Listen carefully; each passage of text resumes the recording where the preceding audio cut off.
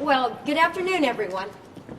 Combating homelessness in our state is a paramount issue that requires bold and accelerated action.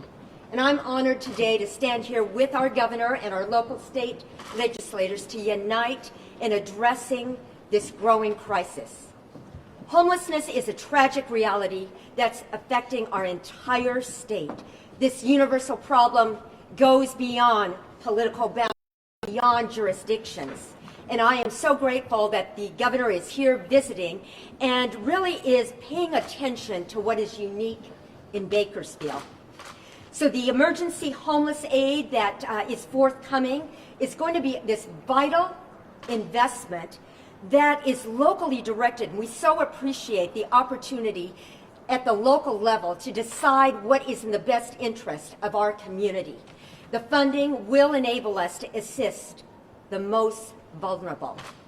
So today, I am pleased to announce that Bakersfield, California will accept the governor's 100-day challenge to partner with our state to immediately impact and find solutions to tackle homelessness. We are honored as Bakersfield to partner with you, Governor. And we join our governor, we join our local legislators to accelerate our efforts in preventing and ending homelessness. Together, and that's together, we're going to drive sustainable systemic change to reverse the tide of this crisis and to reverse the tide of the crisis that is impacting all of our people, businesses, all of our people, the homeless. And we together then will increase the quality of life for every resident in California. Thank you, Governor. Thank you so much for your support. Thank you for the statewide response. Bakersfield will take bold and accelerated action in changing the lives of our community. Thank you so much. And now it's my honor to present State Senator Shanna Grove. Thank you, Mayor. Thank you for being here, and I'd like to thank the governor for taking the time to come down to the Central Valley and in Bakersfield, and especially Kern County, where the mayor and the community together, along with the city and all county and nonprofits, are working together on new innovative solutions to help prevent homelessness and to help address the homeless crisis that we have not only in Kern County, but the rest of the state and the nation. And so I do applaud the governor for coming down to look at these innovative solutions like our veterans facility that we have right here. And we've had extensive conversations on other avenues with nonprofits, partnering with the community college to create long-term sustainability so that when we get people shelter, we can have wraparound services, and then we could also provide them with skills that they need to get a job.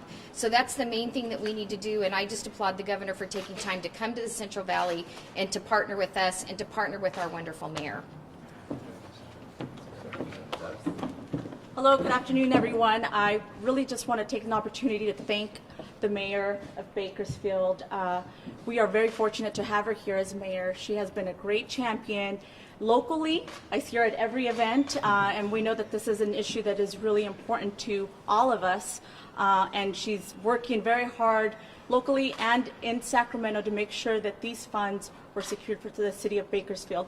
But I'd also want to thank the governor because he has taken a lot of interest here in the Central Valley and investing in the Central Valley, and he knows how important it is. And this is such a unique moment for us here in the Valley where we're working together to solve problems. And so I applaud both the mayor and the governor for being here, for investing, for taking the time to focus on the Central Valley and being united on this. And I want to introduce Assembly Member Rudy Salas, who will be speaking next. All right. Good afternoon, everyone. I too want to thank the governor. One thing about Governor Newsom is, he shows up. He's come to the Valley a number of times, and we truly do appreciate that. You seeing what we need here in our Valley here in Kern County. But one of the things about homelessness is we know this is a big problem. In fact, at the state level, in a bipartisan fashion, we've supported services and money for homelessness. We've put over $1 billion towards addressing this problem. The governor's now come out, taking bold leadership to start with this 100-day challenge, which the city of Bakersfield, the mayor, and all of us here are embracing. We're saying The problem is real. We want to do something about this. It's not only about housing and doing fabulous things like where we're at today here at this Veterans Facility, but also how do we do the wraparound services? How do we put funding and resources towards things like mental health? How do we make sure that people, not only do we house them, but how do we make sure that we sustain them so that they don't get back into this rut of being homeless once again? And I want to just thank the governor for his vision, for his boldness, for coming out and visiting us, seeing firsthand what we need to get done to help eliminate, to help with homelessness. And so I really appreciate you taking the time to be here, and I appreciate the collective effort. This is not a Democrat issue. This is not a Republican issue. This is an issue about our community, and that's why you see us all coming together to help make a difference for our community. And I just want to applaud all of our community partners that are doing this day in and day out, meeting with these individuals, meeting with these families to see what they need for them, for what needs to be done so that they could get off the streets. So thank you. With that, I'll introduce Assemblymember Fong. Thank you. Well, I certainly want to thank the governor for being in Bakersfield. Welcome here. Thank the mayor for her leadership. Homelessness is our #1 issue right now. As we talk to our residents and those who live here, this is the issue. And we must always remember that those who are living on the streets, they're our friends and neighbors. They're human beings that it's not.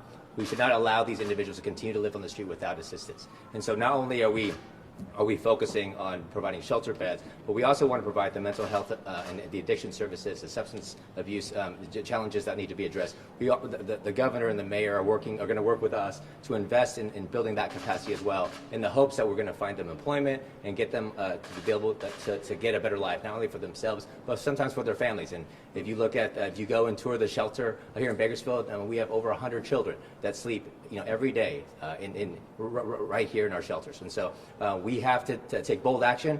And so I applaud the governor and the mayor for partnering with us and allowing us to give us the resources and the capacity to start acting immediately. The county, and Kern County is working to launch their shelter, and of course the city is partnering with that, and of course now the state's going to come alongside. And so this is a great day, and I certainly applaud everything that's happening. Governor, thank you for being here. Thank you.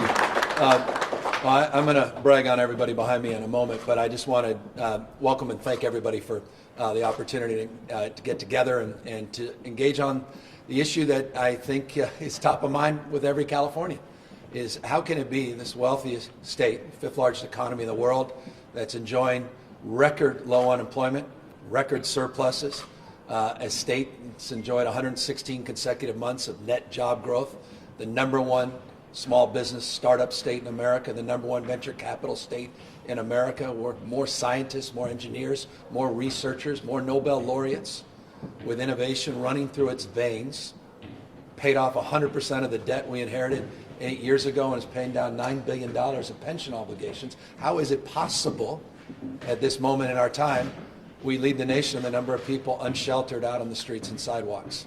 And what is it about this state that's allowed this crisis to fester, to get worse and worse and worse, to grow as it has? And I think that question we're all asking ourselves every single day, but that question now needs to be answered. And I think foundationally and fundamentally, the answer is not very complex. The state of California has been nowhere to be found on this issue. We've outsourced the responsibility of local government to mayors in cities large and small. We've outsourced it to folks at the county level. We're saying, you got to figure it out. We've got 58 different counties, 482 different cities, different strategies, different approaches. Some cities have more resources, some cities have less. Some cities have better relationships with the counties that provide the overlay of social services. Some don't have those relationships. But what has been missing is the support from the people of the state of California. What's been missing is a plan. What's been missing is accountability and transparency that comes with any good plan of accountability. And that's what we're introducing today, is not only a sense of urgency, a recognition of people's frustration, anger, but also resolve, and with an eye on accountability. We own this. This has happened on our collective watch. I've been here 11 months, but I'm a resident of this great state. Society becomes how we behave. We, the collective, we, all of us. We indulge certain behaviors. We lament certain behaviors, but it's the aggregation of all of that that is the reality that we're living in. And so this has happened on our watch. And we need to own that, and we need to own the solutions. The good news, walk around this facility. If anyone doubts you can't solve homelessness, knock on the doors of the folks around the streets and sidewalks that are testament to the fact that that is just nonsense. That's a bogus claim. I don't think we can solve homelessness. I know we can solve homelessness. There are dozens of folks right in this facility that could tell you about their journeys and tell you about their triumphs. And one of those triumphs is marked by the day they got a unit in this remarkable facility. So it's about scale. We know how to do this. Question is, we need to do it at a scale that meets this moment. And so that's what we're here to announce. We're also here to recognize we can't do it alone. State vision for solving or ending chronic homelessness broadly, cannot be realized top down. It has to be realized bottom up in partnership. And that's why it's so wonderful. Mayor, I can't tell you. First of all, it's wonderful to walk around with your mayor because she's a damn celebrity every single, But beyond that, it's just wonderful to sit here, and I mean it, just to hear you, support this vision that we kind of cribbed from the Trump administration and this 100-day plan, and say we're going to embrace it, we're going to support it, we're going to try to drive local solutions, prescriptive, detailed, transparent, not just nebulous. We're going to solve the problem. No, here's specifically what we're going to do. Take the challenge and then build on that through increment, and know that we're going to have your back. We're not going to judge you. If it works, it works. If it doesn't, what do we learn from it? What can we learn in terms of what we can export? What's your best practice? What's your innovation? And how can we share that and spread that around the rest of the state? So look, we're all, I think, rowing in the same direction. It's wonderful to be here with the Republican Minority Leader, who's, is passionate about this, and it's holding my feet to the fire on this issue, a lot of issues, but substantively on this issue, and the fact she's here, joining her colleagues, and on the other side of the aisle, Assembly and Senate, that's special. That's a moment, and I want to take advantage of this moment. We could all be pointing fingers, walking down, different hallways, different paths, saying coulda, shoulda, woulda, how dare, we're not doing that. And I think that's a moment we need to capture. We need to take advantage of this, see how far it takes us. But let's give it a shot. And so that's why I'm here, and that's why I'm also optimistic.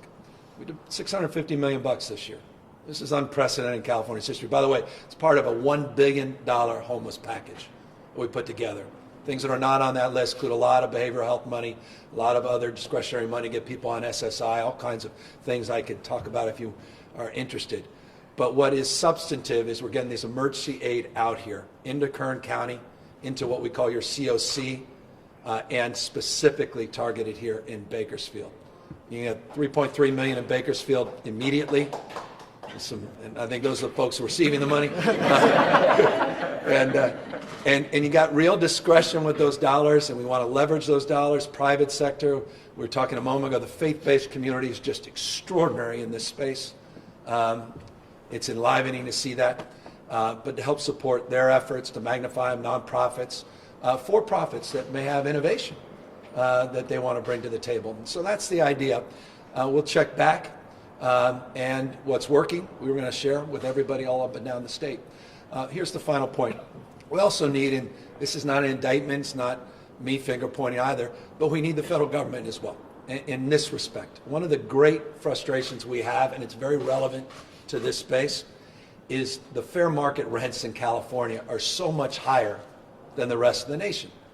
So housing and urban development provide vouchers, two kind of vouchers commonly referred to, one Section 8 housing voucher, the other VASH for veterans.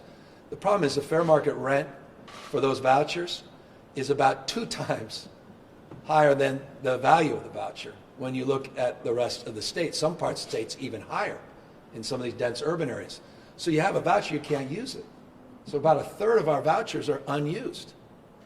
And you have a wait list of over 700,000 in addition to those with vouchers that are trying to find or claim a use because they can't meet that fair market. So we've got to address that delta. And if we do that, there's no greater, quicker, faster way to get tens of thousands of people off the street than to get that fair market rent delta addressed. And so that's why we're hopeful we can work together with the administration to get some support in that area, which would be just profoundly significant on addressing California's unique crisis. And I don't use that word often.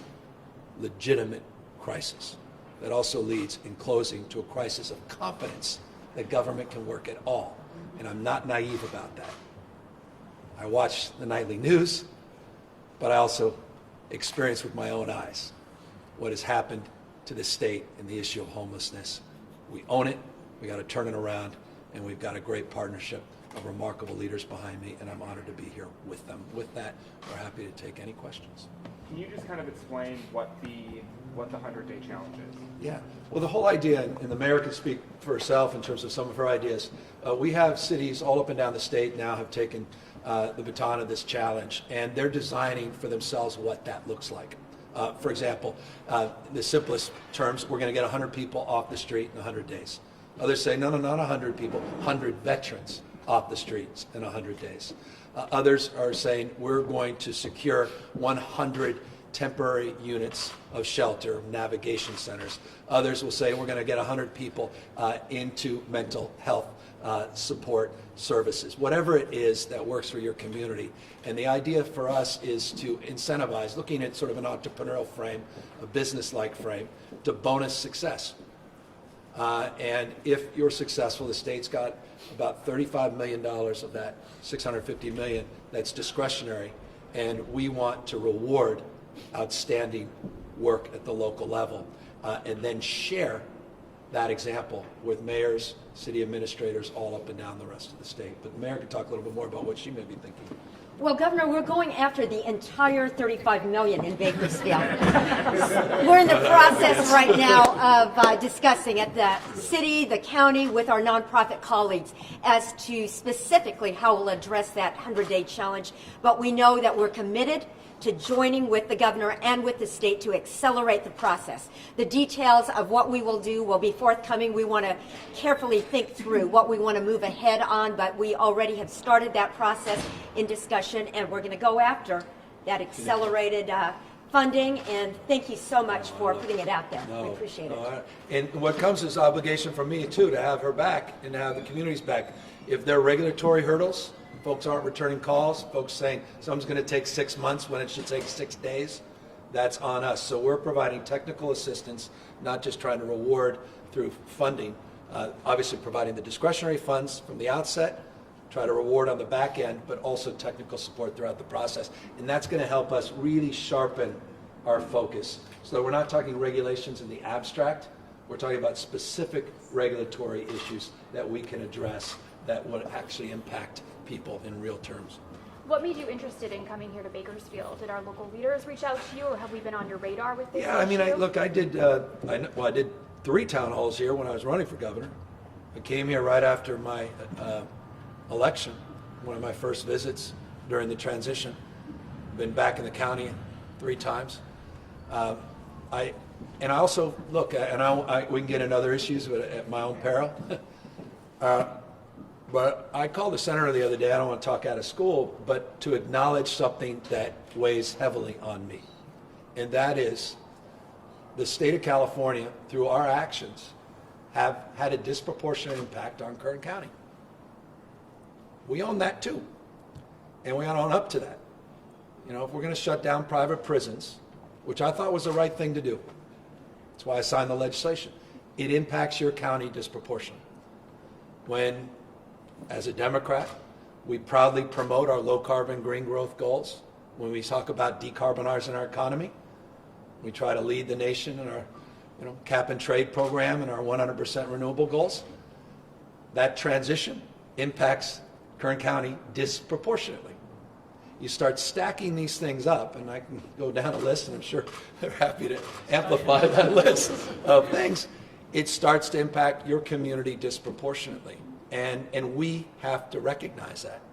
And so I am here substantively, but also symbolically in that recognition, with a desire to address that in real time and not wait for those issues to fester and magnify, but to advance some solutions. I could talk about some of the ideas we have, but I'm really looking forward to partnering with local leaders here to get on the ground and really to start to own up to the actions Sacramento has taken, the impact they're having on the ground, and try to help support that transition.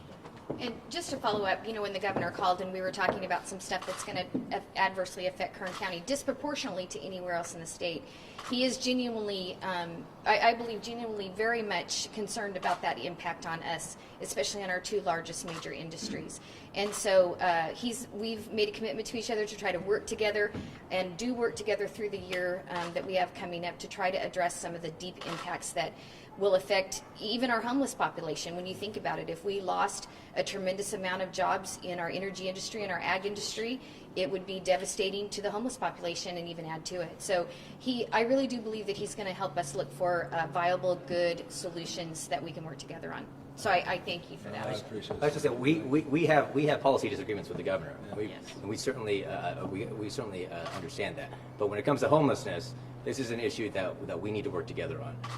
When it comes to providing mental health services, behavioral health services, trying to provide drug addiction services, getting people off the street is inhumane and immoral to allow someone to die on the street.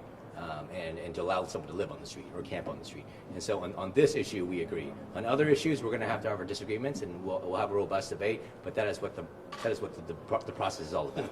Amen. Governor, are any of these funds set aside for what might be called the near homeless population, in terms of keeping people from ending up on the streets? So we talk about the two P's in terms of preservation. You got to focus on preserving your existing housing stock, but also prevention.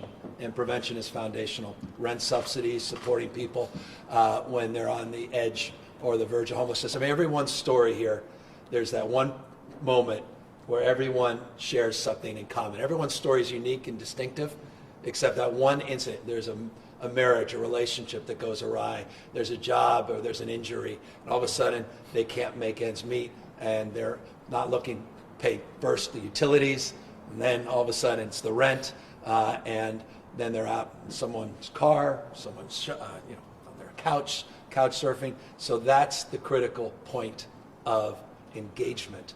And the whole point of providing these emergency grants is for local leaders to figure out what is in the best and most urgent need of their community, and then strike a strategy to address that and intervene. So these dollars can be used however they deem fit, and we hope a lot of those dollars are prevention dollars. Got time for one more question? In an effort to, combat the homeless issue here, our Kern County Sheriff, Donnie Youngblood, recommended jailing individuals if they commit certain drug offenses, theft. What's your response to that? Do you think that's someone an breaks the effective law, way if someone to combat the issue? Yeah, look, I believe in accountability. You break the law, we all need to be held to account. No one's excused from that. But if the solution to the problem is criminalizing the problem, I don't think we're going to solve the problem.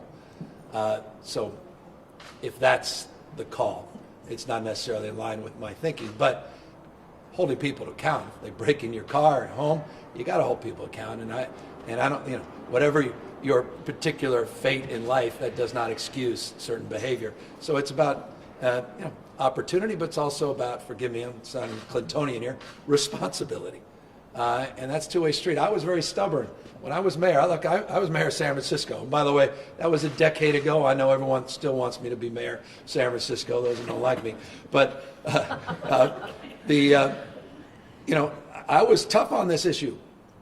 I mean, I was not, I was out there. I did something called Care Not Cash. We had sit-lie ordinances. We were aggressive, and it was all about opportunity. But again, it was about accountability and responsibility. And I agree with you. There's no compassion stepping over someone on the street sidewalk that's self-medicating and dying.